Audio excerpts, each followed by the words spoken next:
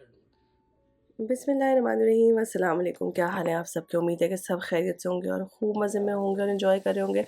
और आज का व्लॉग जो है आप सोच रहे होंगे कि कैसे शुरू हुआ है, तो आज का व्लॉग शुरू हुआ है बिहारी कीमा बनाने से, जिसको मैंने एक दिन पहले मैरिनेट किया हुआ था। और यहाँ पे बन रही है दाल। कीमा मैंने बड़े से फ्राइंग पैन में रखा है ताकि जल्दी से बन जाए। और दाल बनाना तो मैंने बहुत दफ़ा आपको बताया है, बस बेसिक मसाले डालें, लहसुन अदरक डालें और इसको ब्लेंड कर लें। इसमें पानी डाल के आप पकने रखेंगे तो वो बेचारी आपको आप ही पक जाएगी। यहाँ पे जो है वो मैं चिकन को अच्छी तरह से भून रही हूँ। ये बन रहा है यहाँ पे कढ़ाई मसाला। बैकग्राउंड में से अगर आपको बहुत सारी आवाज़ें आ रही हों तो कोई बात नहीं, एंजॉय करें उनको। हमारे पास जो है वो माशाल्लाह बहुत पब्लिक है इस वक्त घर में। तो ये कढ़ाई मसाला डाल के जो है वो चिकन को अच्छे से भून लिया है, उसको ड्राई कर लिया है। ड्राई करने से होता ये है कि जब आप टमाटर डालते हैं ना तो फिर ज़रा जल्दी काम हो जाता है। फिर वरना चिकन का भी पानी है तो टमाटर का भी पानी है तो ज़्यादा लंबा हो जाता है। यहाँ पे मैं बनाने लगी हूँ अचार गोश्त, और उसके लिए मैंने निकाल लिया अपना इंस्टेंट पॉट। आप लोग सोच रहे होंगे कि एक साथ सारे चूल्हे प्लस इंस्टेंट पॉट यूज़ हो रहा है, तो डेफ़िनेटली जो है वो कोई दावत का इंतज़ाम हो रहा है। नहीं, वैसे तो दावतों के इंतज़ाम भी मेरे पास बिल्कुल ऐसे होते हैं जैसे यहाँ पर आपको काम होता हुआ नज़र आ रहा है। जिन जिन लोगों ने मेरे दावत के व्लॉग देखे हुए हैं उन्हें आइडिया ही होगा कि एक दिन पहले से ही जो है वो सारा काम स्टार्ट हो जाता है ताकि दावत के दिन जो है वो आपके ऊपर बहुत बर्डन ना हो। आज का व्लॉग जो है ना वो मैं बड़ी ही खुशी के साथ बना रही हूँ, इस वजह से क्योंकि आप लोग जो जो बाहर रहते हैं बिल्कुल रिलेट करेंगे इस बात से कि जब आपका अचानक पाकिस्तान जाने का प्रोग्राम बन जाए तो कैसे दिल बाग बाग हो जाता है और किस तरह से आप जो है वो फुर्ती के साथ सारे काम करने स्टार्ट कर देते हैं, क्योंकि वक्त कम होता है और मुकाबला सख्त होता है। तो बस जी हमारा भी फटाफट अचानक से प्लान बना है पाकिस्तान जाने का। दिसंबर का महीना तो ऐसा है पाकिस्तान में जैसे शादियों का मौसम। मेरा ख़्याल है उसे सर्दियों का मौसम नहीं कहना चाहिए, शादियों का मौसम कहना चाहिए। तो बस जी प्यारे प्यारे करीबी लोगों की शादियां हैं, तो हमने सोचा कि क्यों ना अब इस मौके को अवेल किया जाए और जाके सबको मिल लिया जाए। शादी ऐसा इवेंट होता है जिसमें सारे लोगों से जो है ना वो आपकी बड़े आराम से मुलाकात हो जाती है। कोई भी मिस नहीं होता, क्योंकि हर किसी के घर जाना या हर एक को बुलाना जो है वो आजकल फ़ीज़िबल होता ही नहीं। कभी कोई बिज़ी है, कभी कोई बिज़ी है, लेकिन शादी ऐसा मौका होता है जिसमें आप सबके साथ बैठ के खूब गप्पे लगा सकते हैं। तो जी हमारा बिहारी कीमा जो है वो बन गया है। उसके अंदर अब हम थोड़ा-सा स्मोक लगाएँगे तो वो बिल्कुल ऐसा ही टेस्ट देगा जैसे कि आप कोयलों पे ग्रिल करके जो है वो बिहारी कबाब बनाते हैं और खाते हैं। और इसके अंदर चूँकि गलावट होती है तो आप देख लीजिए कीमे का टेक्सचर भी बिल्कुल वैसा हो गया है। अगर इसको आप थोड़े से ज़्यादा ऑयल में फ्राई करेंगे तो जिस तरह से वहीद के फ्राई कबाब होते हैं, इनका टेक्सचर बिल्कुल वैसा हो जाएगा। अच्छा, जिस तरह से हम दावत का प्रिपरेशन करते हैं बिल्कुल उसी तरह से जो है मैं सारे खानों का प्रिपरेशन कर रही हूँ। रीज़न ये है कि क्योंकि मेरे पास बहुत शॉर्ट टाइम था और मैंने अपनी पैकिंग वगैरह भी करनी थी, लेकिन अब ये नहीं हो सकता था कि मैं बहुत दिन पहले से खाना पकाना स्टार्ट कर दूँ। तो आप समझें कि नेक्स्ट 2 डेज़ के अंदर अंदर जो है वो मेरी फ़्लाइट है। तो मैंने सारे काम जो हैं वो स्टार्ट कर दिए हैं कि सारा खाने पक जाएँ और ठंडे करके मैं उन्हें फ्रीज़र में डाल दूँ। तो इसी तरह से मैंने पूरी एक खेप बनाई और उनको जो है वो फ्रिज में और फ्रीज़र में रखा। और उसके बाद ये आ गया हमारे पास नेक्स्ट डे। नेक्स्ट डे जो है वो हमारे पास नए खाने चढ़ गए हैं पकने के लिए, और हम जो हैं वो साथ-साथ जो है अपने डब्बे बनाने का प्रोसेस कर रहे हैं। असल में देखिए होता ये है कि अगर आप ऐसी जगह पर हो जहाँ पे खाना-पीना बहुत आसान हो, तो फिर तो आप इतनी मेहनत ना करें। लेकिन अब हमारे पास हलाल हराम इतने इशू हैं, प्लस हर वक़्त आप बाहर का खाना नहीं खा सकते। बच्चों को कोई चीज़ पसंद होती है, नहीं पसंद होती है। तो बस 2 दिन पहले से जो है वो मैंने बहुत सारे खाने पकाने स्टार्ट कर दिए थे और थोड़ी-सी क्वांटिटी ज़्यादा रखी थी। ये सब के सब जो हैं वो जब ठंडे हो जाएँगे तो इनको सिंगल सर्विंग बना के हर बोल में डाल के और इनको मैं फ्रीज़ कर दूँगी। तो फिर जब इन्होंने खाना खाना होगा तो निकालते जाएँगे एक-एक डब्बा और खाते रहेंगे। ऑब्वियसली फ्रेश तो नहीं होगा लेकिन एटलीस्ट घर का ज़रूर होगा। तो वहाँ पे बन रही थी बोनलेस तवा चिकन, जो कि मैं इस वक्त पॉट में बना रही हूँ। और यहाँ मैंने बना लिया था निहारी का मसाला। और निहारी आज जो है वो मैंने बनाई है बिल्कुल ही छोटी बोटियों से। और जी ये है हलीम जो कि हमने बघाड़ लिया है। तो बस चीज़ें वही पकाई जाएंगी जो बच्चे शौक़ से खाते हैं, ताकि जाने के बाद जो है वो बेचारे परेशान ना हो कि अम्मा क्या पका के चली गई।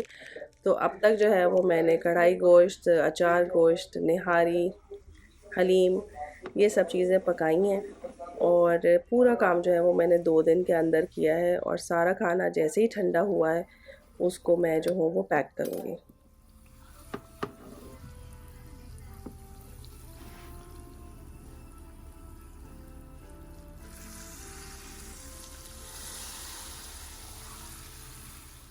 आप लोगों ने ऑब्ज़र्व किया होगा कि सुबह मैंने काम करना स्टार्ट किया था और ये हो गया है मगरिब का टाइम, और अल्हम्दुलिल्लाह आप देख लीजिए कि सुबह-सुबह काम करते हैं तो उसमें कितनी बरकत होती है। तो माशाल्लाह इतने डब्बे मेरे यहाँ पे तैयार हैं, और इतने ही मैंने फ्रिज का जो फ्रीज़र है उसमें रखे हैं।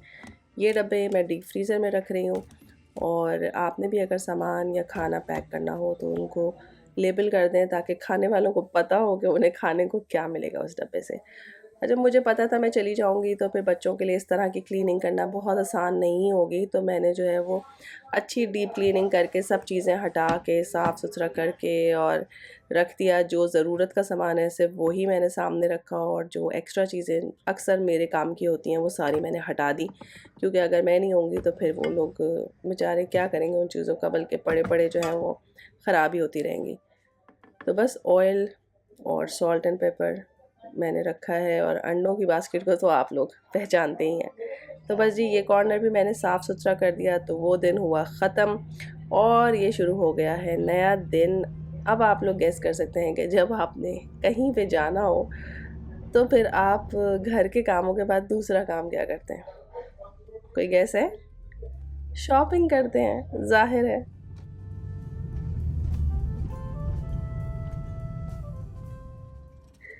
मैंने आप लोगों को बताया था ना कि मैं पहले से चीज़ें ख़रीद के कभी नहीं रखती।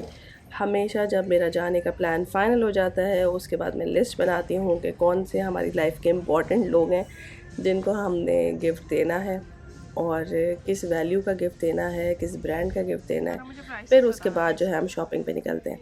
तो बस जी मैं क्रिसमस के दिन करीब हैं और शॉपिंग के लिए निकली हुई हूँ, तो मैंने सोचा कि थोड़ा-सा जो है वो आप लोगों को भी दिखाती जाऊँ, ताकि जो लोग हमारे से दूर बैठे हैं, पाकिस्तान में बैठे हैं, उन्हें भी चीज़ों की प्राइसेस का आइडिया हो जाए। जितनी चीज़ें कनाडा में ख़रीदी जाती हैं, प्राइस टैग के ऊपर टैक्स भी होता है, यानी कि जो प्राइस मैं आपको दिखाती हूँ उसके ऊपर आप टैक्स भी लगाते हैं।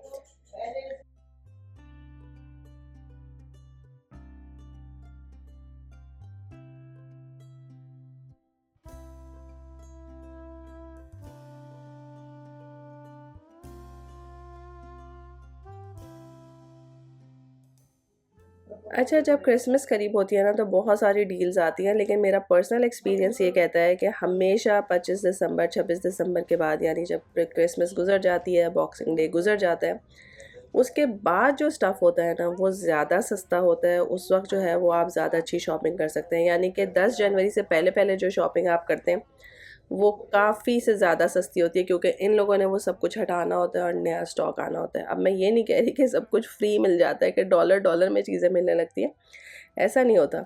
लेकिन आजकल के दिनों में जितनी शॉपिंग है वो इतनी सस्ती होती नहीं है जितनी लग रही होती है। तो बस जी हमारे पास पाकिस्तान में 2-3 न्यूबॉर्न बेबीज़ भी हैं, उनके लिए भी थोड़ी-सी शॉपिंग कर ली। हालाँकि मैंने सोचा था कि मैं सारे बच्चों को जो है वो पैसे दूँगी, किसी को कुछ नहीं दूँगी। लेकिन बस वो बच्चों की दुकान में पहुँच जाओ तो इतने प्यारे लगते हैं छोटे-छोटे से कपड़े। तो मैंने बहरहाल कुछ बच्चों के लिए तो शॉपिंग कर ही ली। रोक ही नहीं सकते आप अपने आप को।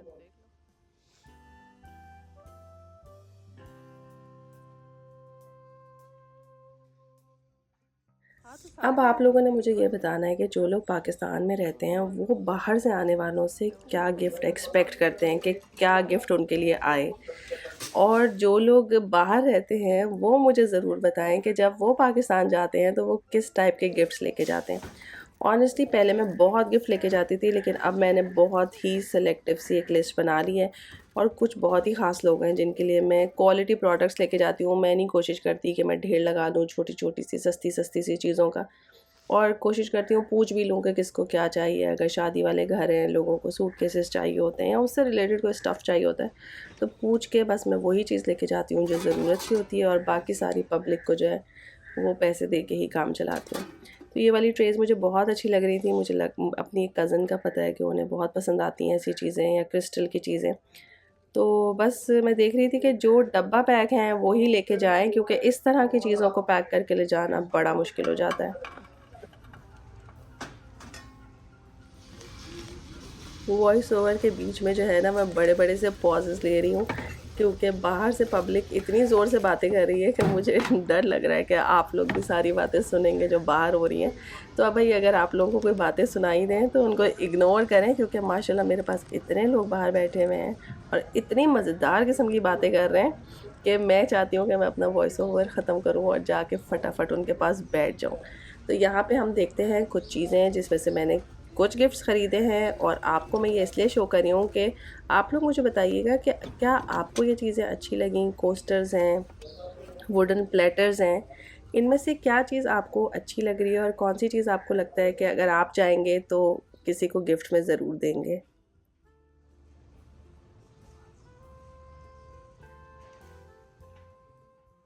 इतनी दूर रहने का ना मुझे बस एक डिसएडवांटेज लगता है, क्योंकि जैसे-जैसे बच्चे बड़े होते हैं उनकी छुट्टियों के हिसाब-किताब डिफरेंट होते रहते हैं, और पाकिस्तान वाली पब्लिक जो है वो सारी की सारी दिसंबर में ही शादियां रखती हैं, और यहाँ पे या तो दिसंबर के स्टार्ट में पेपर होते हैं यूनिवर्सिटी के, या फिर स्कूल्स के पेपर जो हैं वो जनवरी के एंड में हो रहे होते हैं। तो बच्चे लेके जाना इतना मुश्किल होता है, समझ में नहीं आता कि बच्चे जा सकते हैं कि नहीं जा सकते। और जब आप बच्चों को छोड़ के जाते हैं तो आप समझें कि आपका जो दिल है ना वो दो हिस्सों में होता है।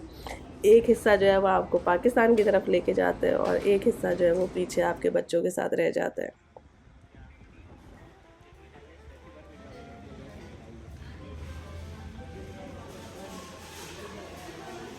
और जी, काम तो जितने किए जाए वो कम होते ही नहीं हैं। पीछे से कौवों की आवाज़ें आ रही हैं और मुझे हंसी आ रही है वॉइस ओवर करते हुए।